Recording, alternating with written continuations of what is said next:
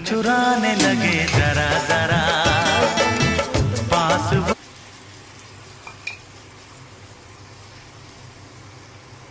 প্রচণ্ড গরম, রান্না করতে খুব কষ্ট হচ্ছে।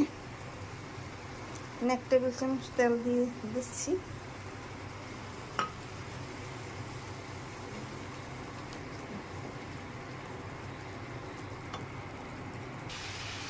মশলার গায়ে তেল ছেড়ে গেছে।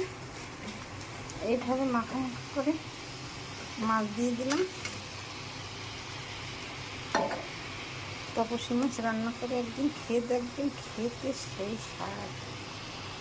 এখন সামান্য একটু জল দিয়ে ঢাকনা দিয়ে ঢেকে রান্না করলে তৈরি হয়ে যাবে, বেশি জল দিতে হবে না।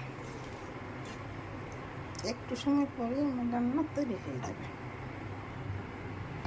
ঢাকনা তুলে দিলাম, আমার মাছের জন্য তৈরি হয়ে গেছে। এইভাবে আপনারা রান্না করে খেয়ে দেখবেন, খেতে খুব সুস্বাদু লাগবে। নদীর টাটকা তরতাজা মাছ খেতে খুব সুস্বাদু লাগবে। নতুন নতুন ভিডিও পেতে আমার চ্যানেলটিকে লাইক কমেন্ট শেয়ার দিয়ে পাশে থাকুন। ধন্যবাদ। Thank you. ভিডিও ভালো লাগলে পাশে থাকবেন।